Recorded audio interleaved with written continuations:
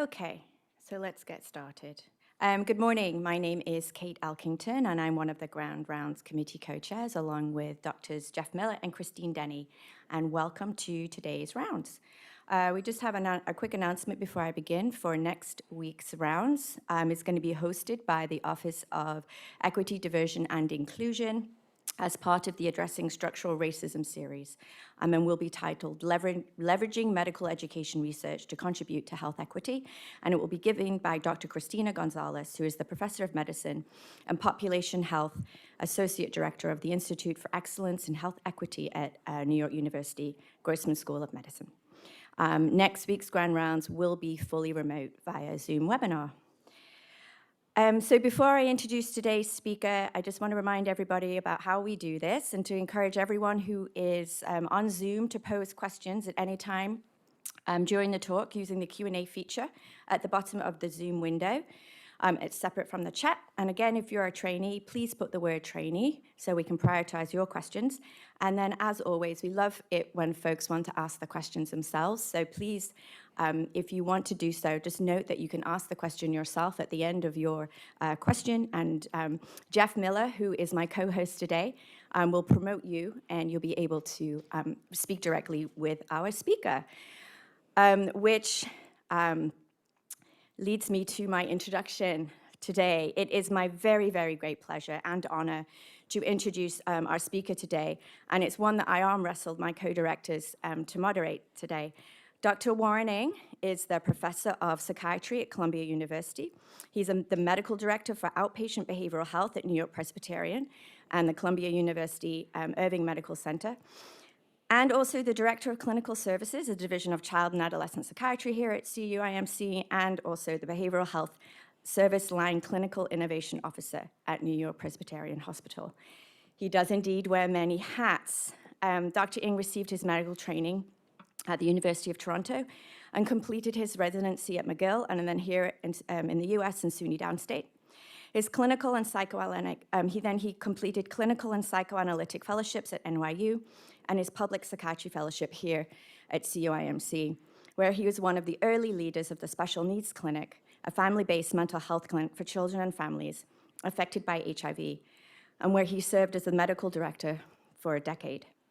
Following the completion of his community psychiatry fellowship, Dr. Ng remained here at Columbia, where he now oversees the comprehensive spectrum of clinical programs in child, adolescent, and adult outpatient and community behavioral health.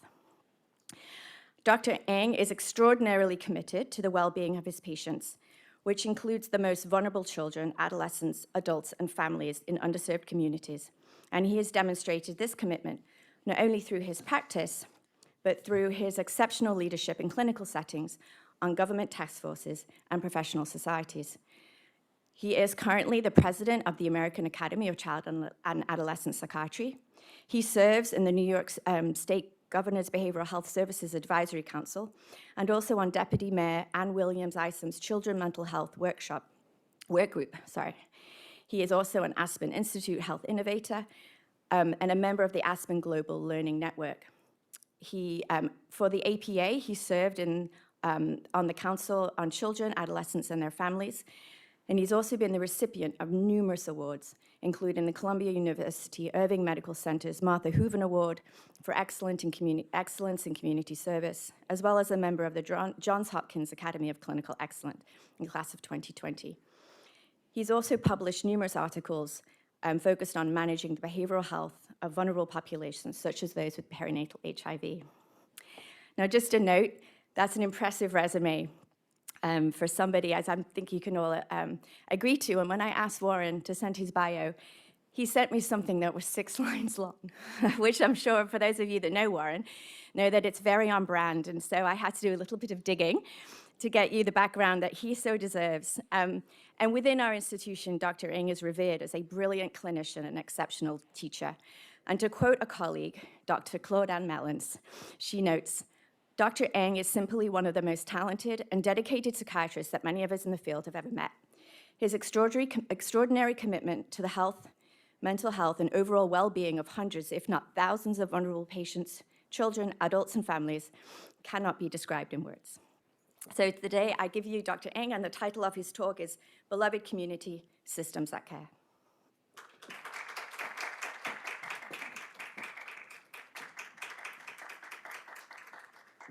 Great. Good morning, everyone. Thank you so much, Dr. Elkington.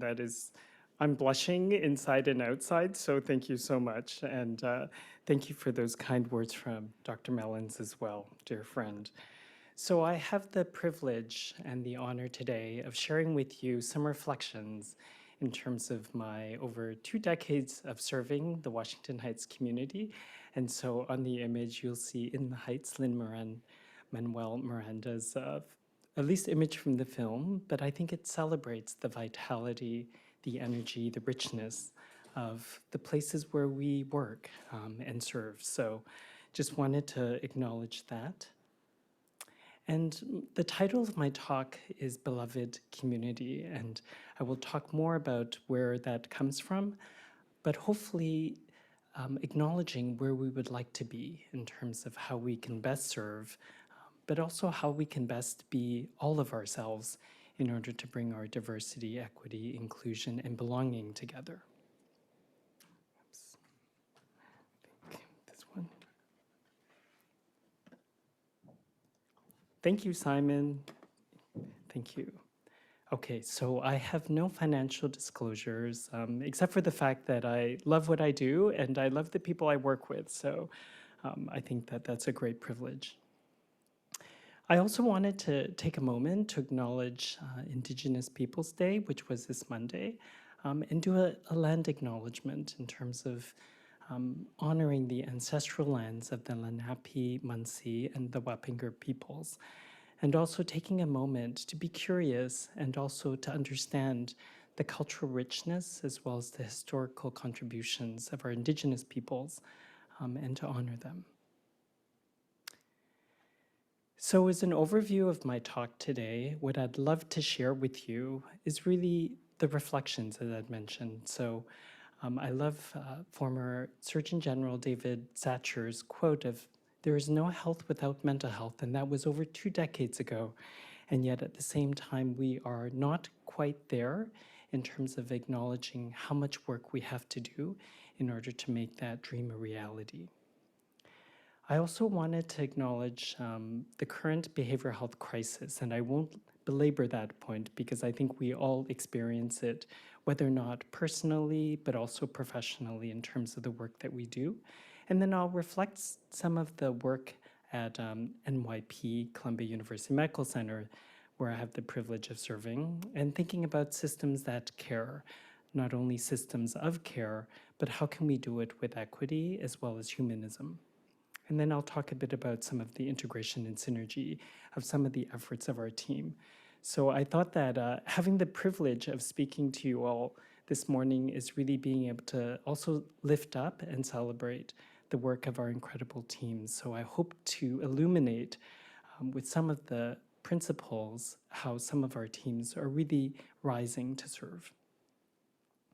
So I wanted to talk about beloved community, and this was a phrase that had been used by Dr. Reverend Martin Luther King in his Birth of a Nation talk. And it really comes from the spirit of nonviolence and creating a beloved community where we all belong. And our goal is to create a beloved community, and this will require a qualitative change in our souls as well as a quantitative in our lives. And I think that we are all in this space to try to create a better world, at least a world where there is less polarism, as well as some of the challenges that we face with each other, as well as our communities. But in a beloved community, love and justice rule, people of all identities are equal and included, and conflict is solved by nonviolent means of reconciliation. So in many respects, I love the quote that Dr. Martin Luther King says, that darkness cannot drive out darkness, only light can. And it really refers to hate and love. And I think that in that spirit, I think that the efforts that we are all making to create a better world, it's so important for us to be able to maintain and celebrate each other's humanity in the process of doing that work. So from the King Center, This is Dr. King's really global vision that we can all be together in this effort, and that poverty, hunger, and homelessness will not be tolerated because of international standards of human decency. We have a ways to go there. Racism and all forms of discrimination, bigotry, and prejudice will be replaced by an all-inclusive spirit of sisterhood and brotherhood. So I think that with those really powerful concepts, it's really about transforming unjust systems to be able to be more human. I also really value Dr. Martin Luther King's quote of, "Injustice anywhere is a threat to justice everywhere. We are caught in an inescapable network of mutuality tied in a single garment of destiny. Whatever affects one directly affects us all indirectly." And I really start my talk really centering on these principles and values because I think it really speaks to where we need to go, but also not only as a community, but in terms of the important work that we're doing. I also celebrate Bell Hooks, a feminist pioneer and social critic, who wrote that on that theme of Martin Luther King's beloved community, it is formed not by the eradication of difference, but by its affirmation, by each of us claiming the identities and cultural legacies that shape who we are and how we live in the world, and hopefully bringing our differences so that we can best be enriched by each other. So with that centering of really the presentation today, I really wanted to just touch upon things that we are all experiencing, and it's really the scope of the behavioral health crisis, with over 50 million people in this country affected by mental health conditions in 2020. And that's about 1 in 5 of all adults, and we definitely see 15% of adults and individuals struggling with substance use disorders at record high numbers, and about 6.7% with both.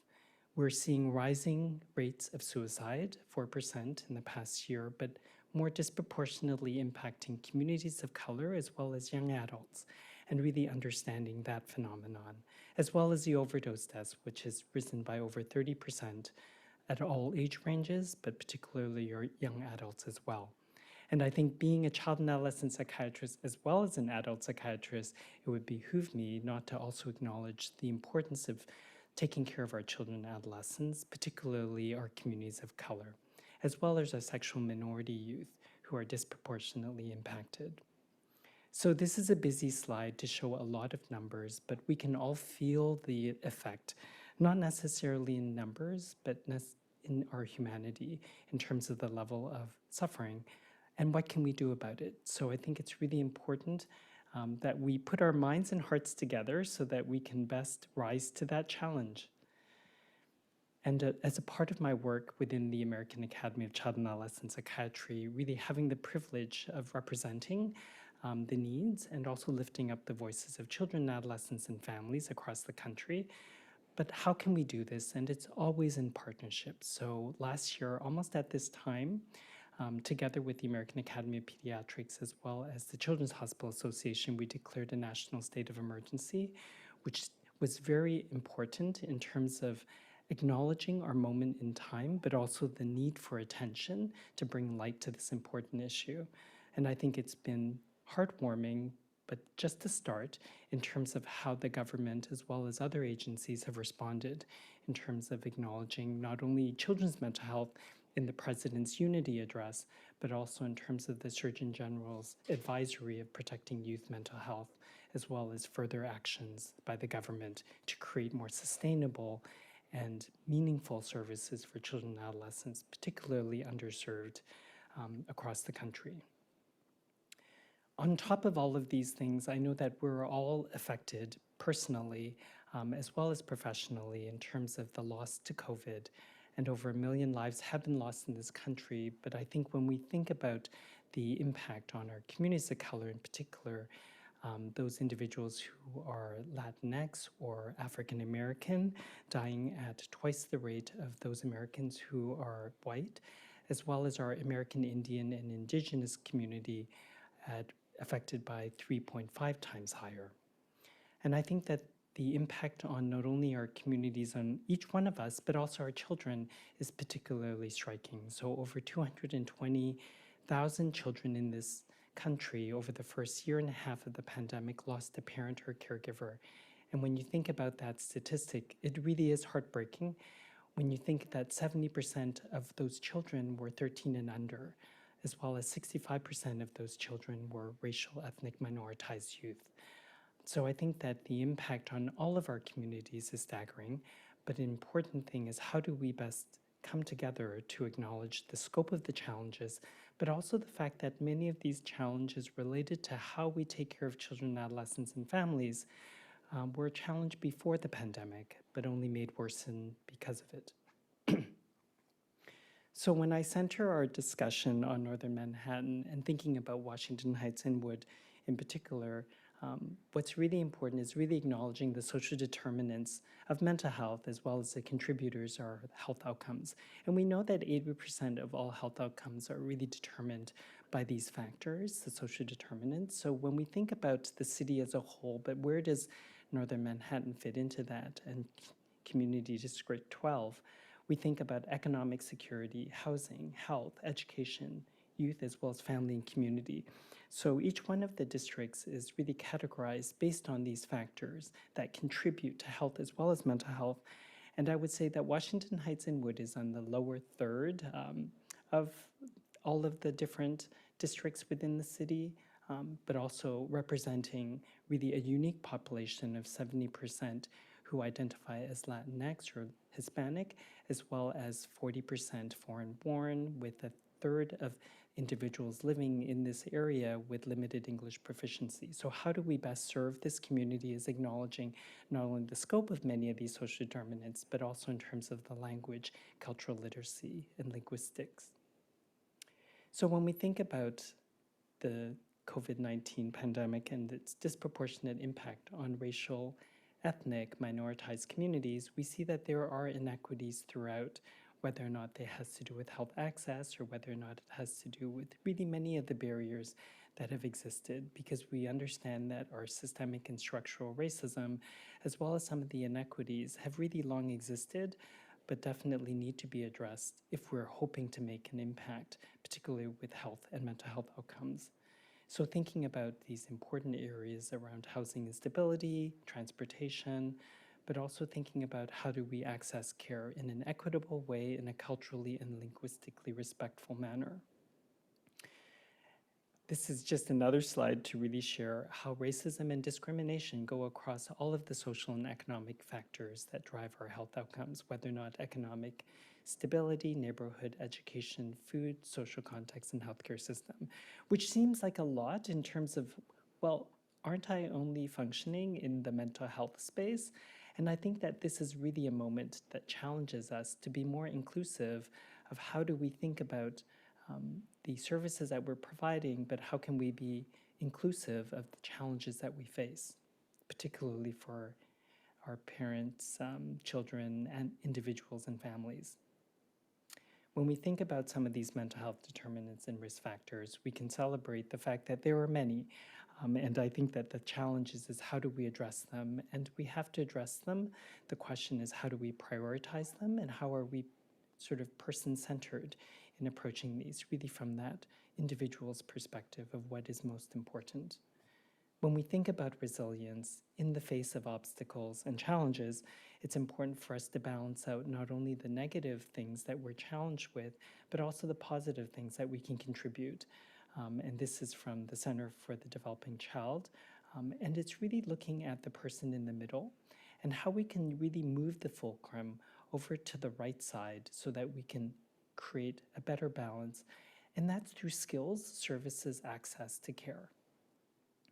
When we think about mental health inequities and we're thinking about racial and ethnic communities, this was a study that just came out with the Morehouse as well as the Kennedy Satcher Institute on Mental Health Equity, which looked at the economic burden, not only the money, but the lives, particularly within the communities of American Indian, Alaska Native, Native Hawaiian, Asian American, Black and African American and Hispanic individuals. And it was estimated that over a 4-year period of time, there was 116,000 lives lost due to total excess of premature deaths.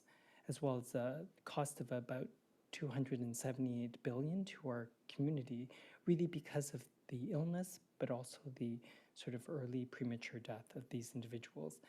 And this really follows from an earlier study that Leivais had done in 2009, really looking at the disparities in terms of health outcomes across all of these different racial and ethnic minoritized groups and how they access healthcare. And that number is even more staggering.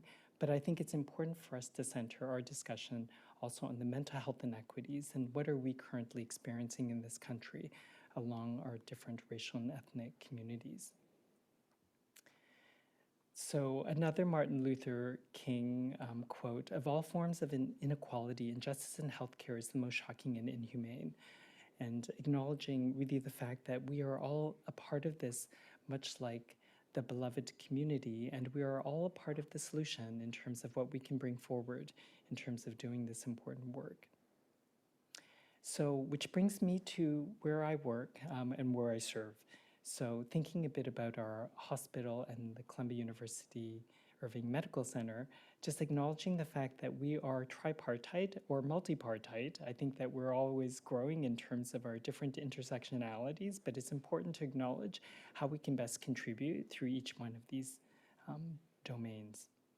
When we think about Columbia University, of course, we have our wonderful Columbia University leadership as well as our structures that help us support the work that we're doing. So really acknowledging all of the individuals that contribute, particularly to a lot of my work in terms of the clinical services and our partnerships in bringing not only excellence in terms of our training and education, but also in terms of research and clinical services. And then also the New York Presbyterian Hospital leadership, because I think these are folks, as I say, across the street. Who are we working with in terms of trying to make an impact? And I think that within the hospital, there is a real unique community. It's called the Division of Community and Population Health. And these are people within our New York Presbyterian Hospital system that are invested in population health, but also looking at how can we best integrate mental health services and behavioral health services throughout a community spectrum of care. So I think I acknowledge these individuals with our SVP, as well as our VPs, as well as our directors of both the ambulatory care network, as well as our community health efforts, because these are our partners. And I think it's also an opportunity for us to really leverage our relationship in order to bring more behavioral health and mental health expertise throughout a continuum of prevention to intervention. So I really acknowledge that working within our silos, but also working without our silos across a larger spectrum is really a key part of our strategy here. So when we think about behavioral health leadership, I'm privileged to be able to contribute to the psychiatry, the blue area, and then with our Director of Psychology, Lisa Saradarian, and our practice administrators, Whitney Ale and Leon Smart, on both the child and the adult side, and our nursing leadership of Miriam Torres, as well as Muriel Fredericks, and social work with Julie Babilo. So I think in terms of really having an interdisciplinary approach to behavioral health leadership, I think from the hospital perspective, these are really important partnerships. We're also trying to impact our pediatric to adult spectrum of care. So being able to envision a more integrated system where we can take care of, and I think having the privilege of really working in the special needs clinic where we served adults and children in the same settings, mothers and children within families, was a really wonderful education on how we can do this in a more integrated manner to provide that one-stop shopping so that we can reduce some of the barriers that often interface with many people seeking the help they need. So bringing us back to Northern Manhattan, I mentioned some of the social determinants and some of the challenges that we face within the community, but I also wanted to acknowledge the importance of being a part of a Columbia University Medical Center, which is really being able to impact a broader spectrum of intensity of treatment, but also comprehensive care. So thinking about really the communities that we're serving, not only in terms of around our space, but also within our space. So some of the work that we have to do with integration is really within our centers, as well as in partnership. So I think one of the things that I wanted to also acknowledge is really the division of community and population health, which is a part of where our behavioral health services on the hospital side, on the outpatient area, resides. So we reside within that division of population and community health within the ambulatory care network, and we also really partner with all of our medical and sort of psychosocial program partners to try to deliver the care more equitably within this community. So the mission of the Division of Community and Population Health is really to collaborate with the community, hospital, and academic organizations to improve the health and well-being of children, adolescents, and adults in the communities that we serve, which is really important because I think it acknowledges some of the social determinants that I had mentioned before that disproportionately impact our Northern Manhattan community, performing at the lower third of all of the community districts within the city, but also acknowledging the importance of food insecurity, as well as housing, as well as the many other barriers that keep, I think, individuals and families from being their best selves, as well as their best health. So this is just an example of really where some of these services are spread out across our Northern Manhattan region through Washington Heights to Inwood. Acknowledging the fact that we have primary care clinics that are situated within the community, as well as school-based mental health programs, as well as school-based health centers. I put this image up really just to acknowledge the fact that we, in order to be a part of the solution, we have to be a part of the situation. And so being embedded within the community allows us to create, I think, more accessible ways for people to receive their care, because I think being a mental health provider, I know that a lot of people who need my care won't necessarily come to see me, whether or not due to stigma or some of the social determinants or some of the other barriers that keep people from the care that they need. So I'll talk a bit about some of the strategies our teams have employed in trying to use some of these sites within our communities as beacons for healing and hope for young people as well as families and communities. So within the Division of Community and Population Health, mental health is one of the priorities. They do a community health needs assessment every 3 years, and mental health and substance use is definitely one of the priorities. So we're really fortunate to be able to partner with the hospital to try to integrate more of these services within our communities. And I think when New York Presbyterian Hospital is the third largest Medicaid service provider in New York State, it behooves us to be able to improve the care of more New Yorkers in terms of those that are receiving Medicaid or Medicare in terms of their care. New York Presbyterian Hospital has also taken on health justice with Dr. Julia Ayashara in terms of the Dalio Center, which started in 2020, and there was a recent meeting really highlighting some of the work that has been done so far, but it's a lot of work to do, and I think that this is a continuing evolution of how we can best acknowledge the social determinants and many of the barriers, whether or not it's education, transportation, environment, housing, food, or jobs. And it's really being able to lift up many of these different areas, which we may not necessarily see as really health arena, but definitely a part of impacting health outcomes. So how do we meet the demands? And thinking about from a population health perspective and our behavioral health services, how can we best provide this care? And I shared with you that we have these wonderful sort of anchors within our community of primary care programs or school-based programs or community-based services.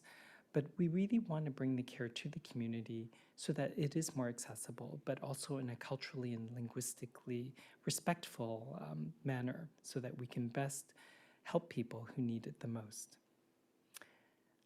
Another quote from Dr. Martin Luther King, "The time is always right to do what is right." And I think that we have a lot to do, and I think the important thing as we're evolving, particularly in this nation's racial reckonings, as well as the inequities of our Black and Brown Americans, as well as our racial, ethnic, minoritized communities, it's really important for us to really center our solutions around equity, but also thinking a bit about how we can best do this with the wisdom that has come from our experiences.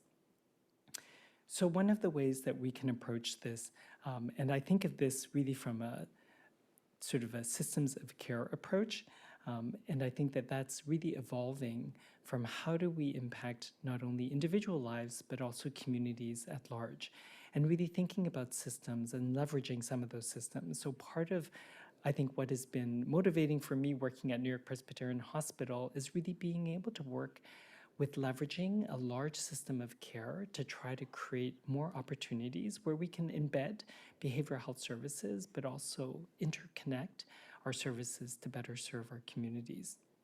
So these are some of the systems of care values. Of course, strength-based, cultural and linguistics competence, really with an eye to prevention, to intervention, but it's really relationship-based.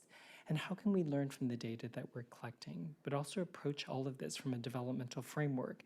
When we experience that 50% of all adult mental health conditions start before the age of 14, it definitely behooves us to start earlier. And also, how can we impact families to really promote the health and well-being of all their kids at home?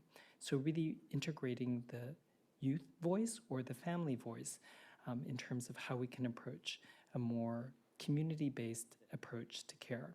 So I think thinking about our system of care values and how can we infuse that within our mental health and behavioral health services.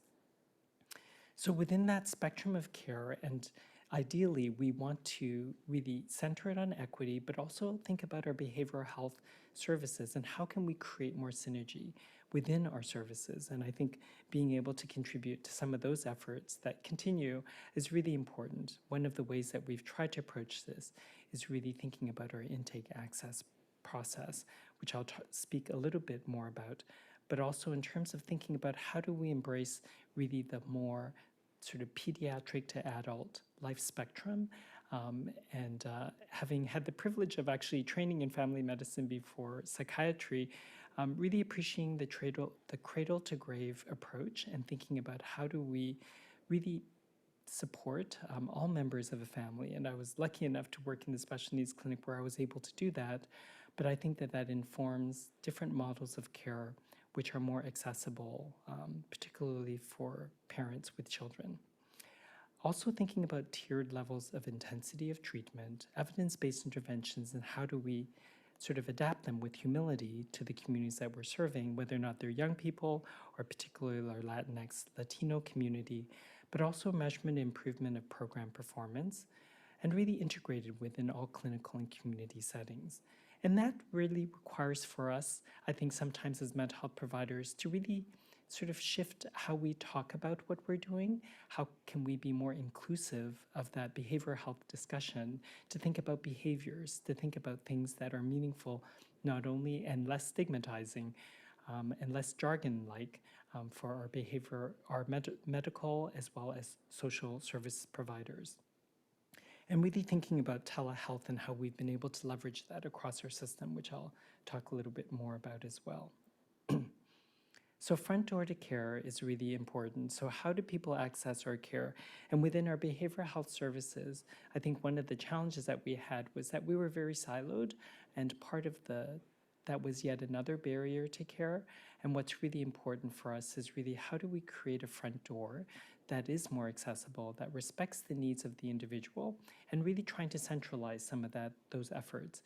And so I think that the efforts of Aurelis Ramos, as well as Heather Stracha, as well as Leora Hoffman, as well as many of our team members, our program coordinators, that help field many of these calls to really try to guide people to the right services at the right time based on what they need. I think that that's really been important and is a huge community service in terms of really identifying those who need more urgent and imminent care so that we can best provide the behavioral health services they need. So this is a busy slide to say that we have to get our own behavioral health system in order. This is our adult services, and this is our pediatric services, and part of it is finding synergy between our adult as well as our pediatric settings. I think that's part of the beauty of being a child and adolescent and adult psychiatrist, is that you get to really understand and appreciate really the challenges of both systems, but how do we integrate them? And that's really trying to make a more meaningful system that cares. So when we think about systems of care, we talked about some of the main values that we hope to promote, but what's really important is how do we actually put that into practice? And I think thinking about not only practicing our values, but also thinking about the beloved community and Dr. Martin Luther King's earlier wisdom is how do we do this together? And sometimes it's really stepping out of our behavioral health, mental health silos, and how can we communicate in a way that's meaningful, but also empowering for the people that we're serving, as well as the partners that we're hoping to have. So I think that that's one of the things that is important. And I think a lot of what centers a lot of our work within our teams is really creating, supporting, and promoting teams of people who care about people. And that means taking care of one another in terms of doing this work. And I think one of the things that I'd also shared, which is really important, is when you're working within a system of care which has different entry points, whether or not that's a front door to behavioral health services or just a front door to care, as I talked about in terms of the primary care practices, as well as the school-based mental health, as well as health centers, those are all real wonderful ways to access communication, as well as education, as well as health promotion within our communities. So embed within an existing structure. And that's what's exciting about being a part of a division of community population health where we can potentially have an impact outside of our kind of behavioral health arena. Because I think one of the things that we're appreciating more and more is that the more that we can partner, the more that we can actually strengthen and enhance our larger team's efforts to really deliver mental health services along that prevention to intervention continuum.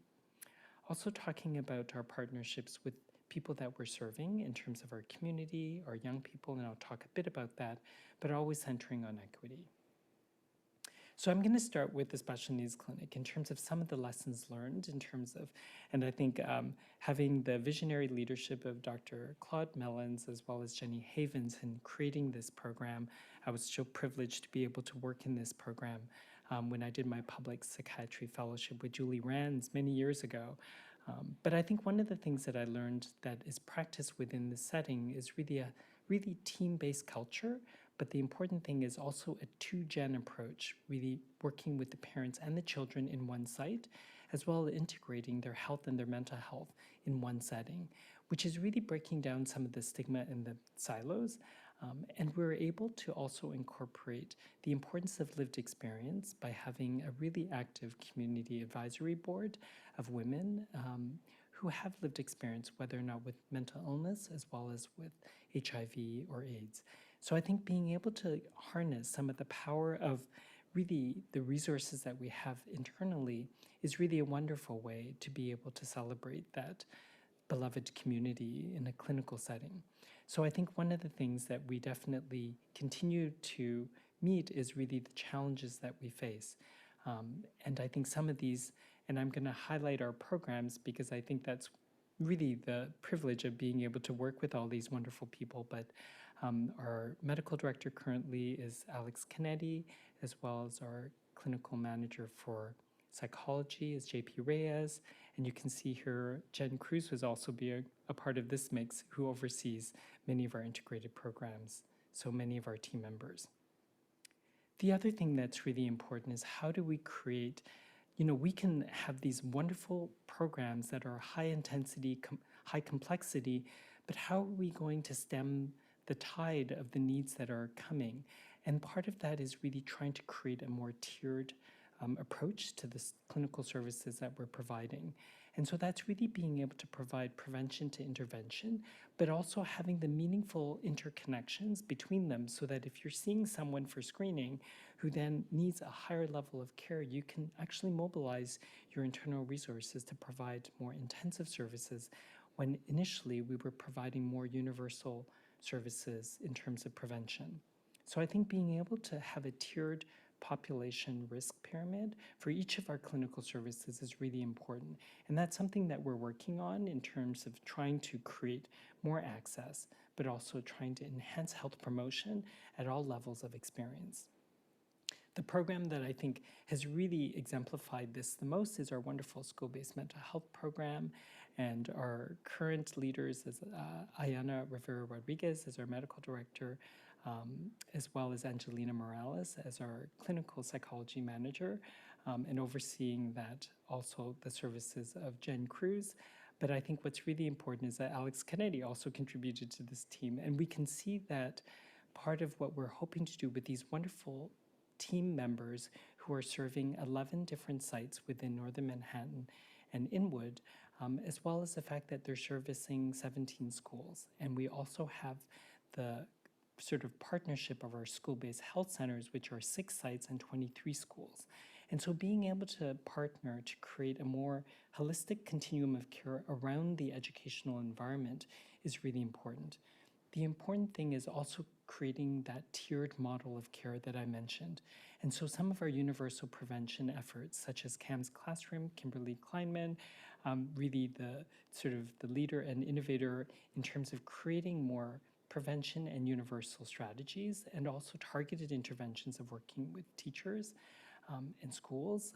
And that was really a partnership that was created many years ago, also with Jen Cruz and Alex Kennedy, in terms of helping to create a real continuum of care within our school-based settings.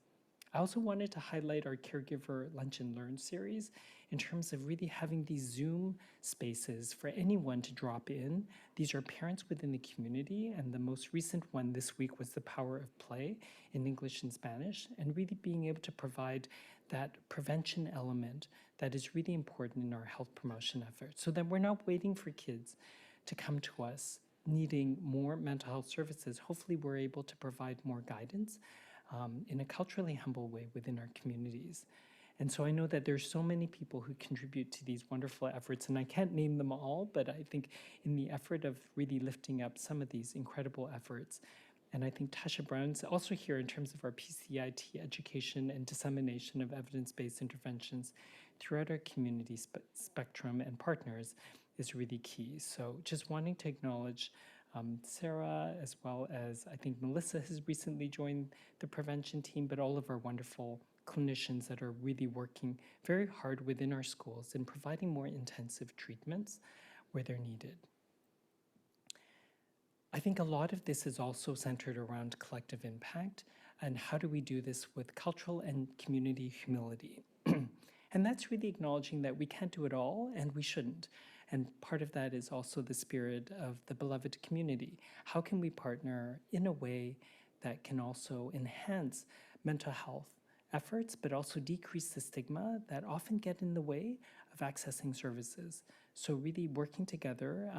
And one of the programs, and I'm going to call out certain programs, which I'm not going to be able to call out all programs, but I just wanted to acknowledge the unique contributions, and not to play favorites, but also to acknowledge the unique contributions serving specific target communities.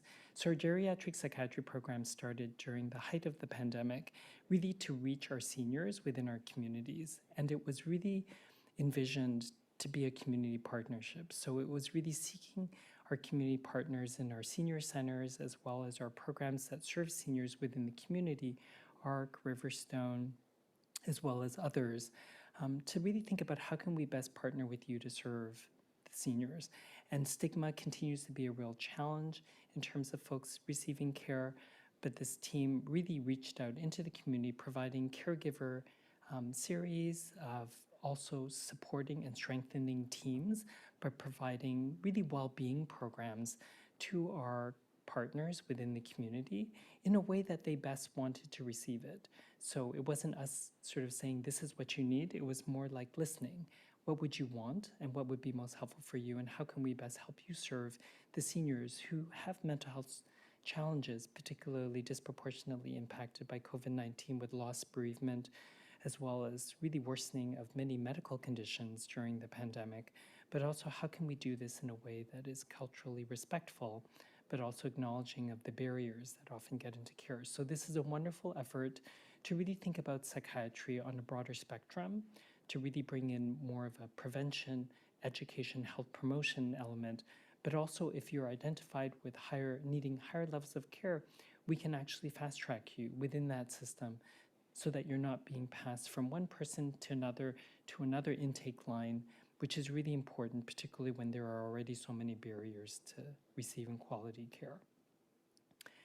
Another area which, thinking about the other end of the spectrum, is really the Uptown Hub, which is a wonderful program for the hospital that is creating a youth-empowered space and that there were many sort of leaders that had contributed to this.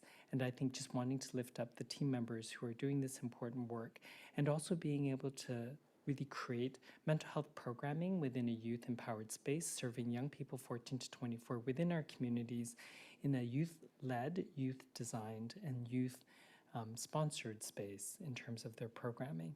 And the Youth Anxiety Center, and I have Carolina Zarate and Rebecca Urban here.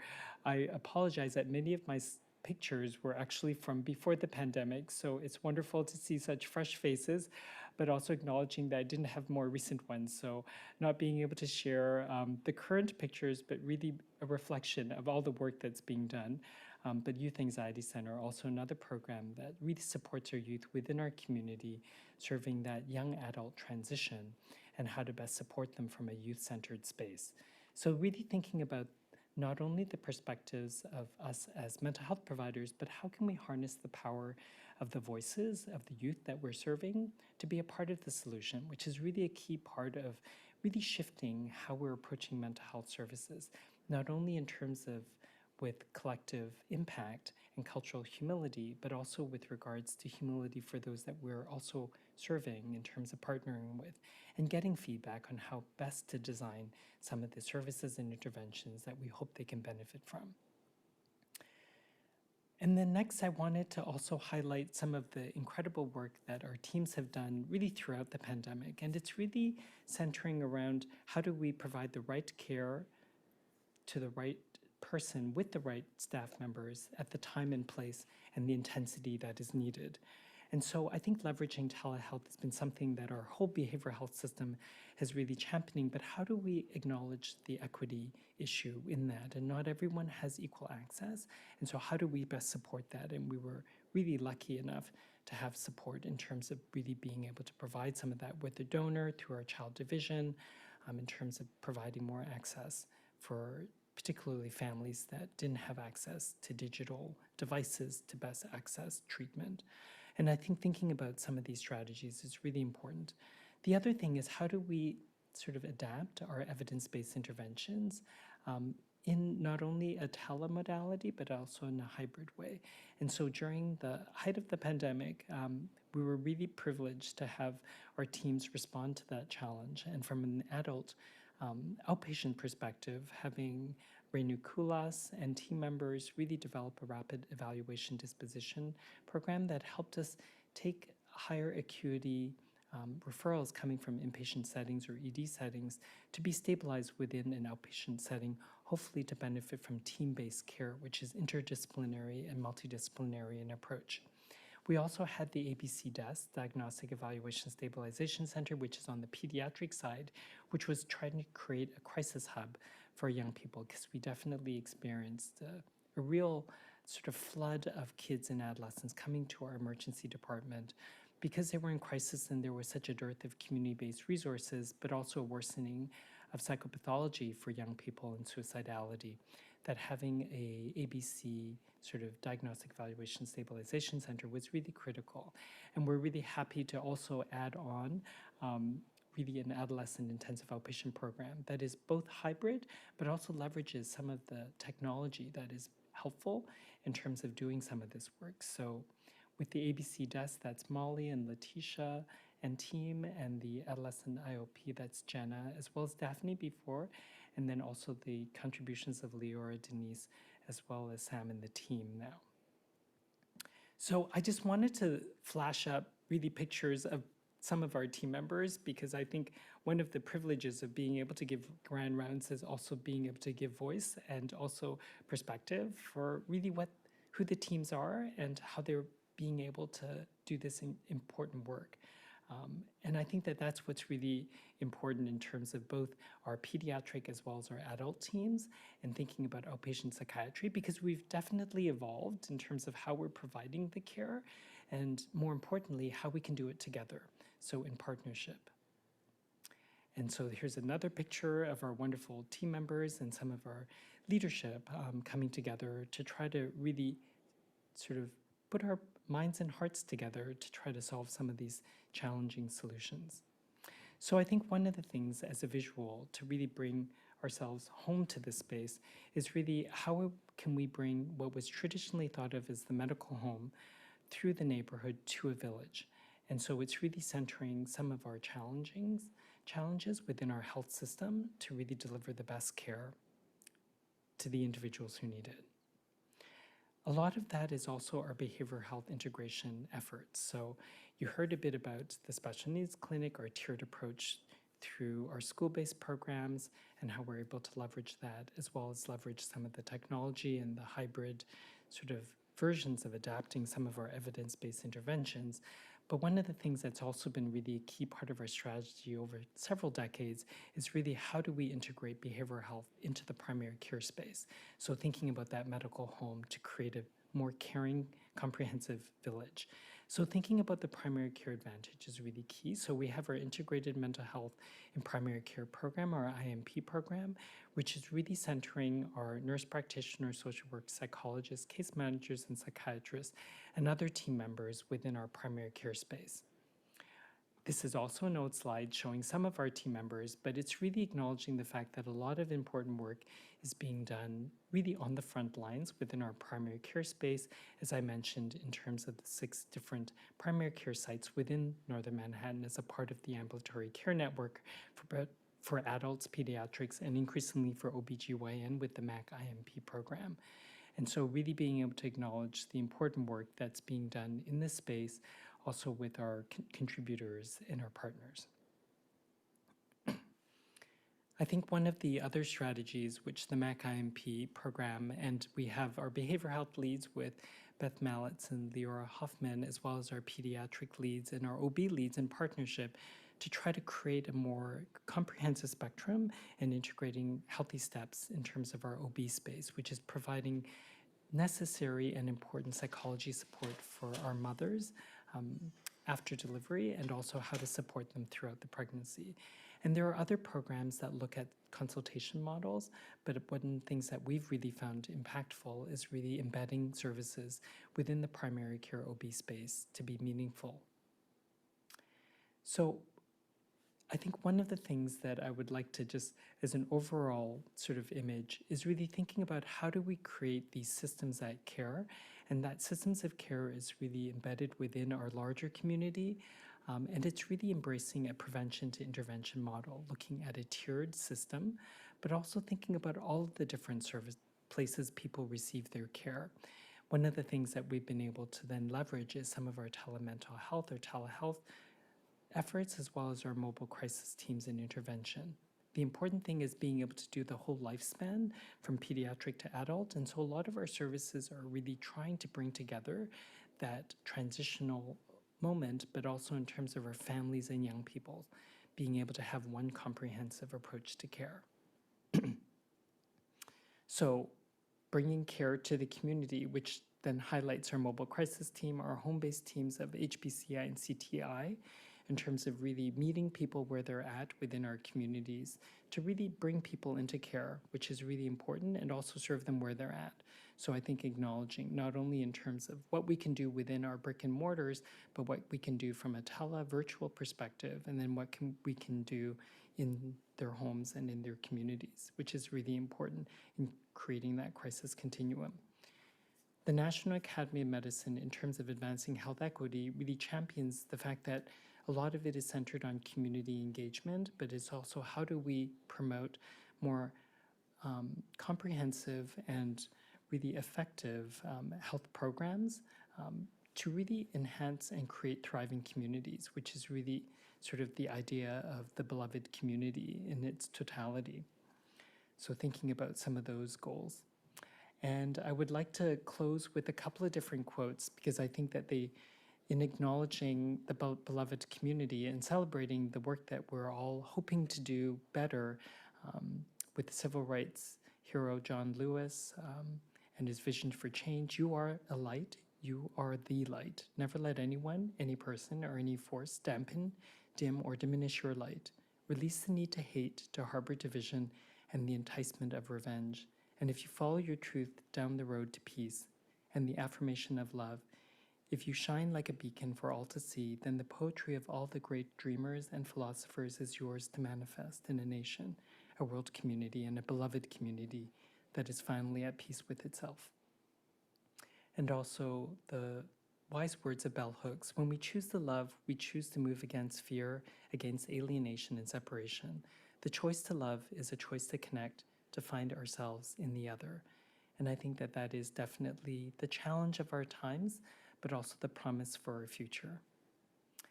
With all of that, it's so important to center also on well-being and self-care, and particularly in this era of doing a lot of this work, particularly during challenging times. Just wanted to sort of champion COPE Columbia, Dr. Batista and Dr. Mellons and team in terms of really creating that space for us to also take care of ourselves in terms of doing this work, and also wanting to acknowledge the importance of well-being with our co-chairs of Erin Engel as well as Renu Kulas, and during a D event with Patrice Malone and Alex Kennedy in the park, really acknowledging the importance of that beloved community, as well as how we can come together to take care of ourselves and each other in doing this important work.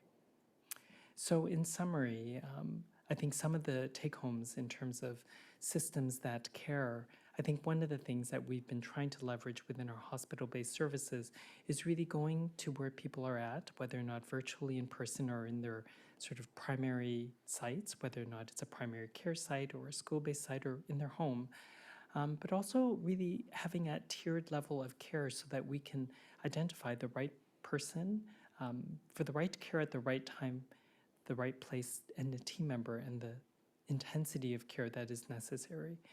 We can't do this alone, so it's really in partnership, not only with the people that we're serving, but also with the communities that we're serving, but also with those that are serving the community and their organizations.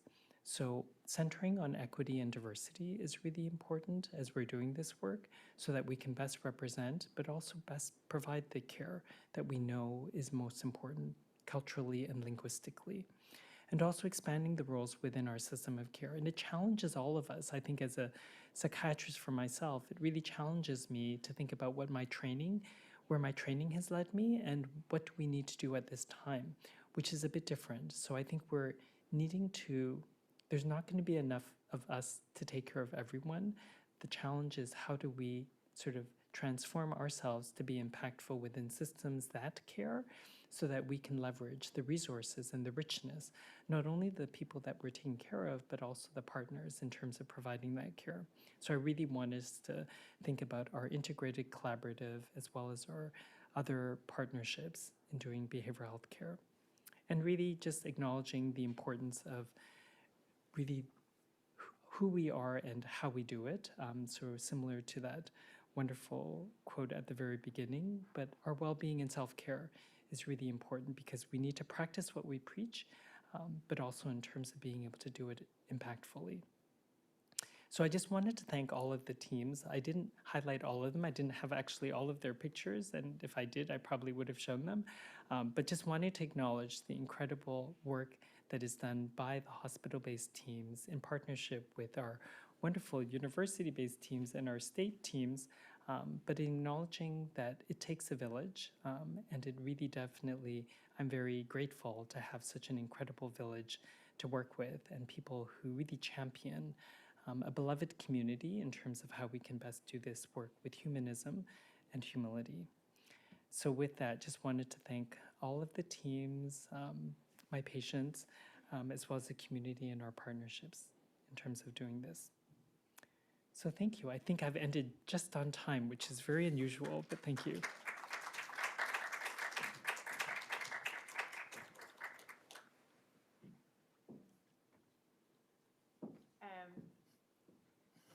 Thank you very much, Warren. That was absolutely an amazing sort of presentation of not only the clinical services that we're providing here through the university and the hospital, but also the strategy and the way in which it's meaningfully evolved to meet the needs of our community. So that's great.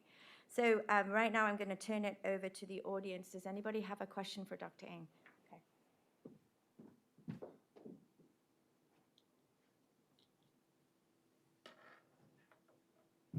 Dr. Ng, thank you so much for such a beautiful, thoughtful presentation.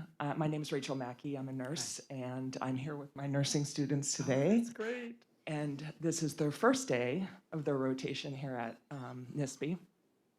So I want to just once again thank you for emphasizing community as treatment, community in and of itself as medicine, as treatment for people, and that nursing has a long legacy of conceptualizing that, and that really brings it home. So thank you once again for articulating that. Now, I have a question about, I think it was born out of the quote about othering and what you said initially about how polarized we are. I know this was a presentation specifically on an urban population here up in Washington Heights. But and I don't know if you know this answer, or how we can bridge to the rural populations that do conceptualize community maybe different, or mental health issues differently. The things that we're able to grow here in the Washington Heights community that you were able to facilitate so wonderfully. Do you know how we're helping our rural citizens? Thank you so much, and thank you for being here and bringing our future into this space. I think the richness of our teams is really our interdisciplinary training perspectives and how we can best celebrate that. And nursing has a huge history of community involvement, participation, and empowerment. So I think it's wonderful.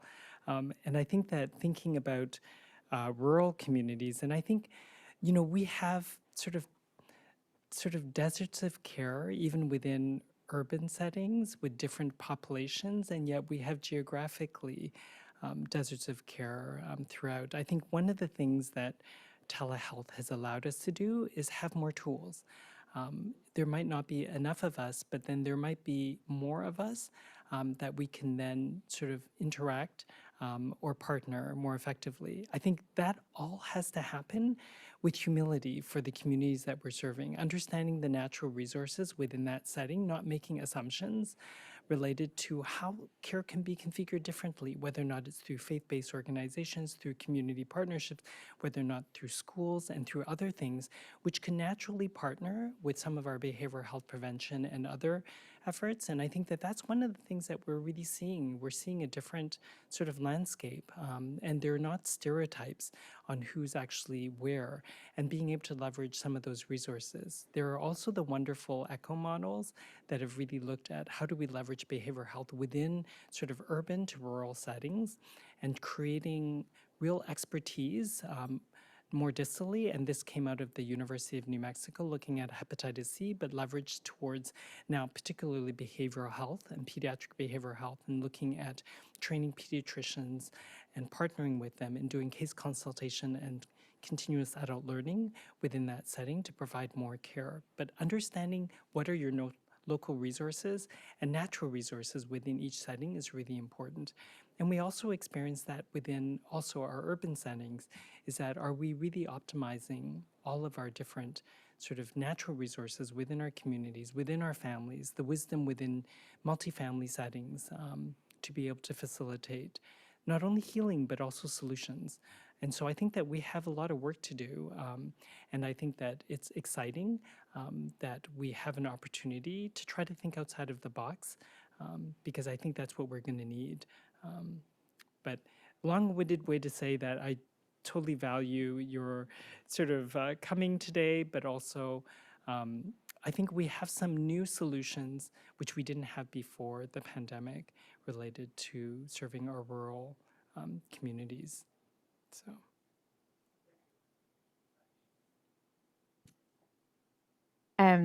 Thank you. So I'm going to turn it now over to Jeff Miller. I believe he has a question from one of our Zoom audience members. Yes. Hi, Warren. I just want to echo what a great talk that was. Thank you so much. And I'm going to hand things over to Claude Mellons, who has a question for you now. Hey, Claude. Hi, Warren. You didn't think I'd be silent. Look, I want to just make a comment, and then I do have an important question for you. As always, I think the strengths of your work are your incredible capacity to unite systems and also to recognize the humanity in everyone. And I think an important lesson from COVID was all of our efforts are support, whether we're at the top bringing in funding, or whether we're providing support in all kinds of different ways, either through therapy or through research, or if we're providing the support for all of those people, to recognize everybody. And that's what you did a tour de force of today, which I think is amazing. The other thing I think you did is really remind us of the incredible clinical aims of our department and our medical center, and how much work is being done. And just for the audience, you are doing this while you're, constantly supporting and helping many of us all of the time. So thank you. My question is, there's a whole other system that's often siloed from that clinical system that I sit in a lot of the time around research into mental health needs for children, adolescents, young adults. And I'm just wondering if you have thoughts for us today on how to de-silo these efforts, or where these groups can work together. And I know that is happening in a number of domains, and I know child and adolescent is very good at this, but I do think overall we're de-siloed. I mean, we are siloed, and de-siloing would be super helpful. So any feedback would be great. Thanks, Claude. It's always wonderful to see you, and thanks for your kind words. It is definitely a collective effort doing this work. In terms of that's always such a wonderful question.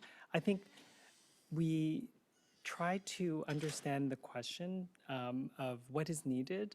I think from a clinical services perspective, we're always thinking about how can we best serve the needs of the individual, and yet at the same time sort of partner to create research opportunities that could help illuminate some of the challenges that we're facing.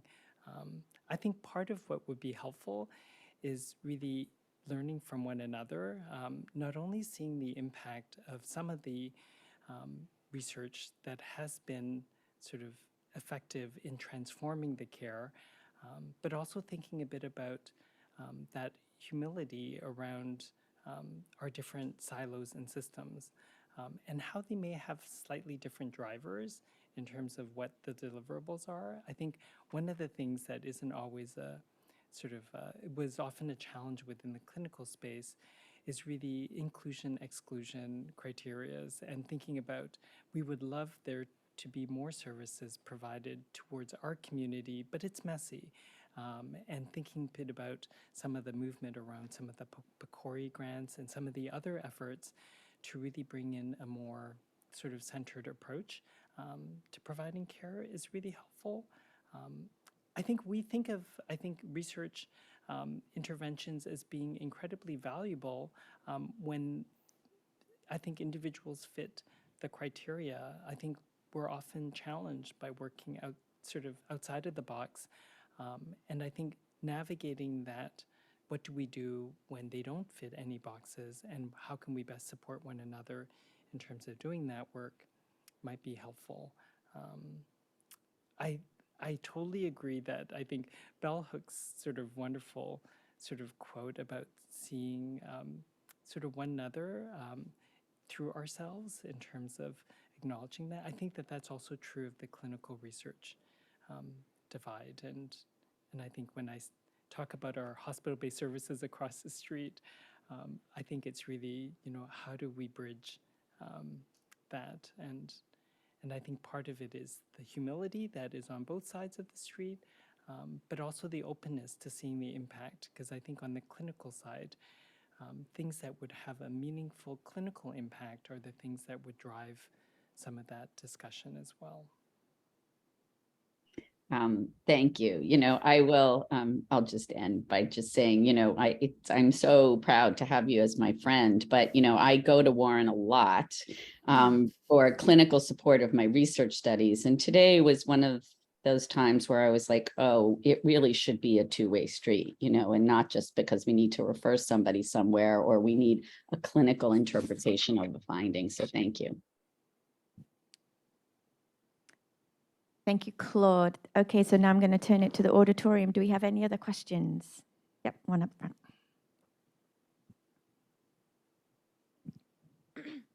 Hi, I'm Samra. I'm a research coordinator here. And I just wanted to thank you for your wonderful talk. I loved listening to it. My question is a little bit about, you spoke a little bit about how mental health providers could treat patients with care. And as an aspiring child psychiatrist, is there anything that someone like me could do in their everyday life to sort of develop a more comprehensive approach to care? Great question. Thanks for being here, and thanks for being an aspiring child and adolescent psychiatrist. We need you. I think we definitely, just given the numbers of us in the country, but also in terms of sharing the joy of the work with others. I think things that you can do are being open to learning and also being open to really thinking outside of the box and thinking about child and adolescent mental health as that continuum of care. And really, as a child and adolescent psychiatrist, sometimes we are sort of thought of as being able to provide care at one end of the spectrum. I think that as child and adolescent psychiatrists and children mental health experts, psychologists, social workers, nurse practitioners, and others, we can also contribute to that dialogue of before they need to see us, what else could be done and what might be helpful. So I think embracing not only the treatment intervention side, but also thinking about the natural supports within communities, within environments, within homes, and thinking about some of those social determinants and how we can be impactful in that arena. One of the areas that we can be helpful is in advocacy. And so thinking specifically about how do you harness your voice as someone who cares about others, but also thinking about children's mental health, championing in partnership with NAMI, with our youth groups, to be able to really come together to think about transformational change. So I think that when we think about sort of becoming a child and adolescent psychiatrist, it tends to be very medical oriented. I think one of the things that is really wonderful is really to see that sort of house of medicine really broaden to the community and the village at large. And what else can we learn from each other in terms of impacting some of these social determinants that are really, I think, limited, particularly disadvantaged certain racial and ethnic minoritized groups as well as other marginalized groups within our communities that don't have the same privilege. So, Thank you. Any other questions? Actually, you do have one question, and then I'll turn it over to Jeff. So you give such a wonderful talk, and I actually have lots of questions, but I'll limit it just to one. We talked about sort of that creating that beloved community and from the perspective of providing behavioral health treatment, being able to go into the community and sort of be able to provide that care in, as you kept saying, in different ways, in different methodologies, thinking outside of the box to access the community members that most need it. And unfortunately, in our community here in Washington Heights, the criminal legal system is a part of that community, particularly community supervision. And I'm just wondering if you've thought about ways of which kind of collaborating with that community agency, thinking of it in those terms and the ways in which we can provide and access that population to give often very needed mental health treatment. thank you. That is, and thank you for all of your incredible work in that space, because I think that that is that sort of school to prison pipeline that is impacting many youth of color and particularly individuals of color within our communities is a tragedy. And thinking about how we can best think upstream. So our Uptown Hub was funded through the Criminal Justice Investment Initiatives, as you know, and trying to think about how can we create more opportunities for young people and their siblings and family members to have opportunities so that they don't necessarily have that preponderance of risk factors that often lead to fewer choices and poor outcomes. So I think that in terms of the services that we're providing, between the foster care, the juvenile justice arena, as well as the justice involved youth, those are communities that are grossly underserved and are intersecting with systems that often don't care enough. And I think that those are definite areas of growth opportunities. So I can't speak to how much we're currently doing, rather not doing, but in terms of understanding that it has a huge impact. So I would say that from a prevention perspective, we have some services.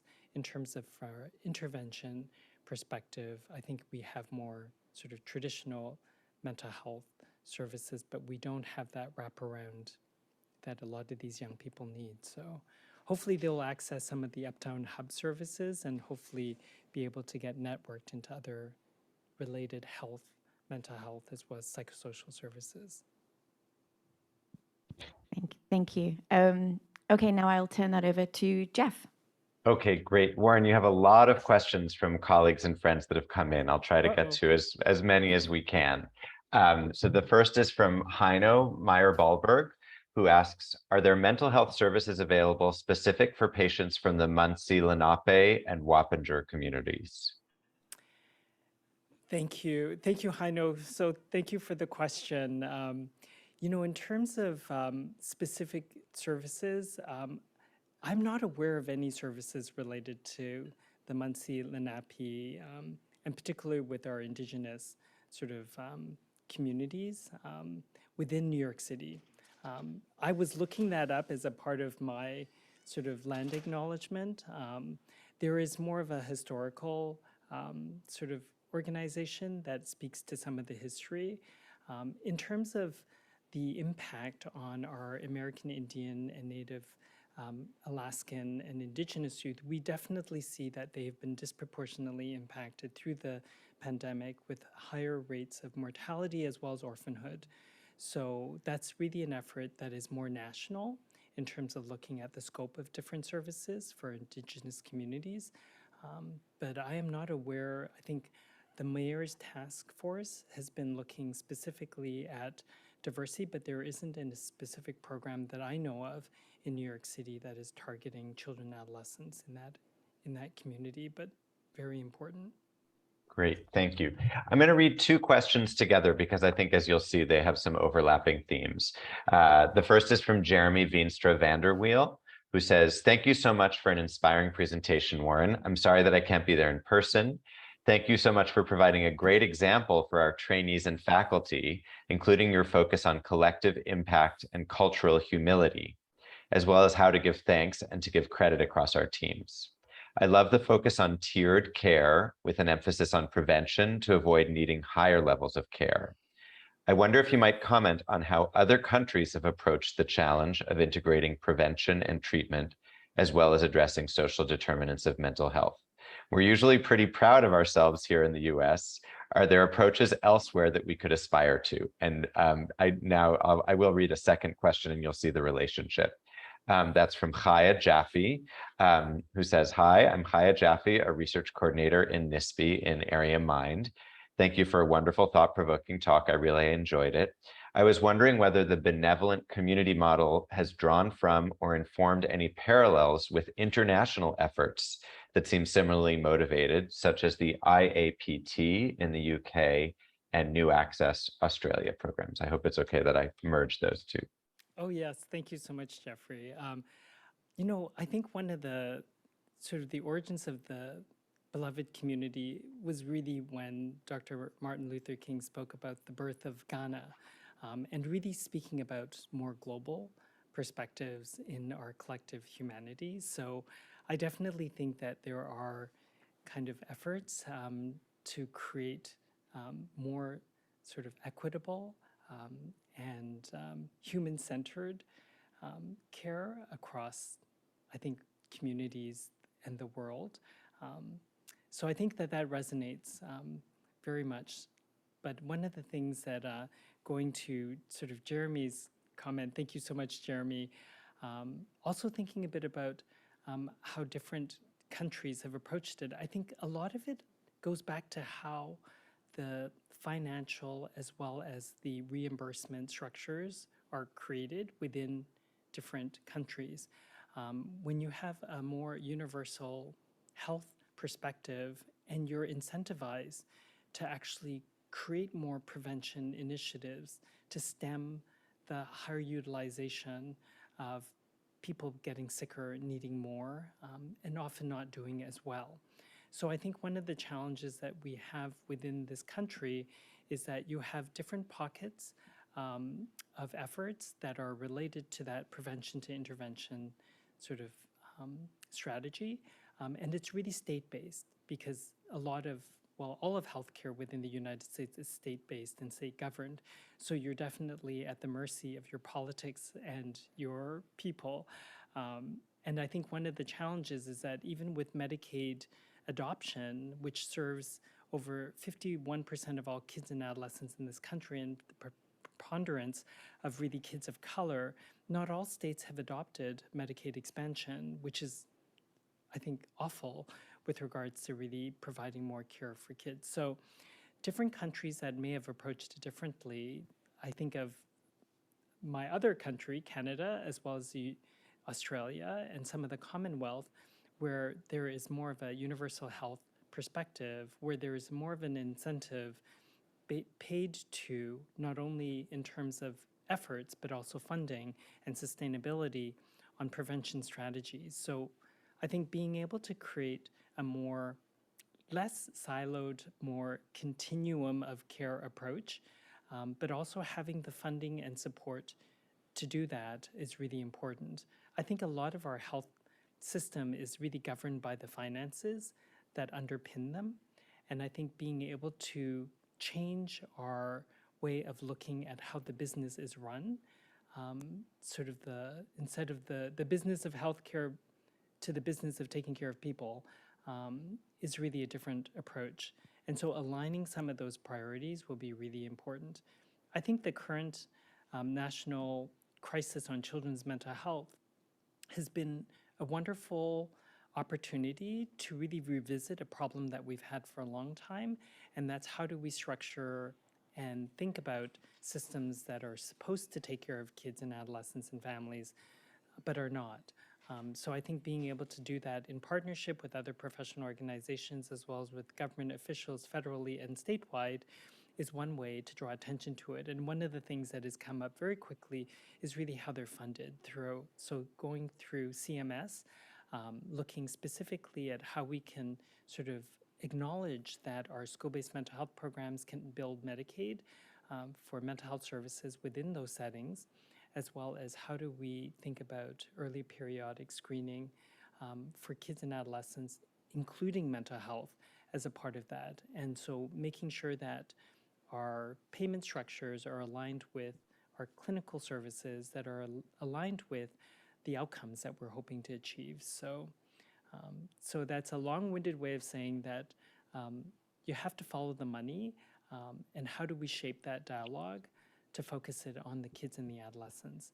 And I think that there is a bit of political will at this point to do some of that work, because I think children's mental health is one of the only bipartisan issues that is moving Congress these days, and I think that that's an important thing for us to really focus on to try to at least create more transition and transformation. Great. Maybe I'll ask if unfortunately, we're not going to get to all of the questions, Warren. I will try to squeeze in one more, and then if you could answer briefly, and then I'll pass the baton on to Dr. Simpson. Barbara Stanley says, thank you for a very informative talk. I did not realize the number and diversity of programs psychiatry has that serve the local community. I was wondering if there are problems with engaging and retaining patients within your programs, and if you could speak about the strategies that you employ to enhance engagement and retention. I think one of the, so thank you, Barbara, so wonderful. Thank you so much for zooming in. I think in terms of engagement, I think we face many of the same challenges with regards to stigma, but also how we frame the services that we're providing, and particularly with children and adolescents, or as well as individuals, really being upfront about some of those challenges, as well as the social determinants. So being able to do it an appropriate screening for those things is really important so that we can see the obstacles right up front. The other important thing is really cultural and linguistic attunement. So being able to provide languages, particularly in this community that's 70% Latinx, in Spanish, and being able to acknowledge the needs of the individuals, but also how do we frame mental health issues in a way that is most acceptable for that individual as well, and providing the level of care and hearing it to what they need. So I think that the engagement strategies are probably challenged by some of the social determinant stigma and the barriers. We have such wonderful clinical team members that are so centered on providing the most sort of culturally and humble and appropriate care that's been a really tremendous, I think, benefit to really engaging people because they see them for who they are and hopefully meet them where they're at. And I think that that's really key to engagement. Wonderful. What a great response. So I'm going to pass the baton over to Blair Simpson for final thoughts, comments, questions. Hi, Warren. So thank you so much for your talk on beloved communities. And I couldn't help but think you're such a beloved member of our community. And I know that you, not only in the work that you do, but also in providing a very different model of leadership than is typically seen, which is one of such humility, despite all your accomplishments. I feel like you're always trying to get yourself out of the picture and put other people in the picture. But you also provide hope that people can lead and have great impact while holding on to compassion and humility. You also give us an incredible model of systems thinking, and you have just given us an to Barbara Stanley's comment. I also didn't understand all the programs that NYP has, and it's really quite amazing to learn about that clinical system in both the inpatient and outpatient programs and how, in fact, it does serve our community. And then you add that to our faculty practice in Columbia Doctors, we have a whole nother system. And then we have our third system, which is our state system with more inpatient beds than we have on the NYP side. And then our Audubon, Inwood, and On-Track programs out in the community. So with your systems hat on, I ask you, where are the opportunities to connect our NYP system and our Washington Heights community system? They both serve this community. And are there opportunities and synergies between you and, let's say, Evelyn Attia and Jean Marie Bradford, where we could really capitalize on synergies between these systems to even better serve Northern Manhattan? Thanks, Blair. And I'm just so grateful and for this opportunity to share the work that we're doing. I know that it's there's so much I wasn't able to share, but also hopefully my team members will forgive me in doing that, but acknowledging their contributions. In terms of partnership, I was lucky enough to be contributing, thanks to Lou Batista and his support in terms of the disparate Medicaid redesign effort that New York Presbyterian Hospital had 215 to 220, and partnering with Jean Marie and then later Evelyn in terms of trying to integrate primary care nurse practitioner within the outpatient mental health setting. That was a wonderful opportunity, although rather challenging to work within different systems, NYP and New York State Psychiatric Institute and Columbia at the same time. But I think that was a wonderful opportunity for us to learn from one another and then also think about following the patients. So when we think about patients coming through our CPEP or that are being discharged from our inpatient unit, let's follow the patient and what they need and where are our systems interfering with them getting what they need. Part of that is understanding what we can each do best and where our capacity issues are, but also where are our silos in creating internal barriers within our systems. So it's moving from a system of care to a system that cares is really being able to look at ourselves and are we creating roadblocks as opposed to sort of doors in terms of trying to do this. I think it also gets back to often really the challenging thing is really knowing enough of what we're doing all the time as we're evolving. So I think having forums in which for us to share that perspective as we're kind of a moving target is really, really important as well.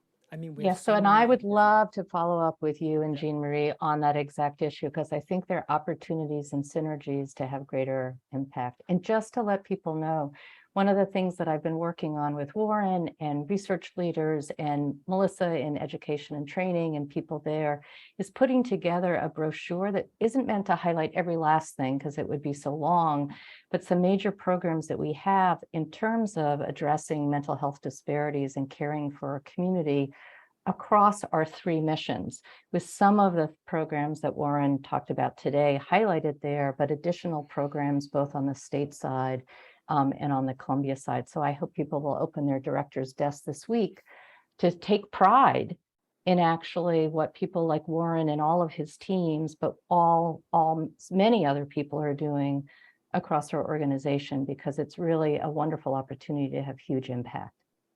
Thank you so much, Warren. Thank you, Blair. Back to you, Jeff and Kate.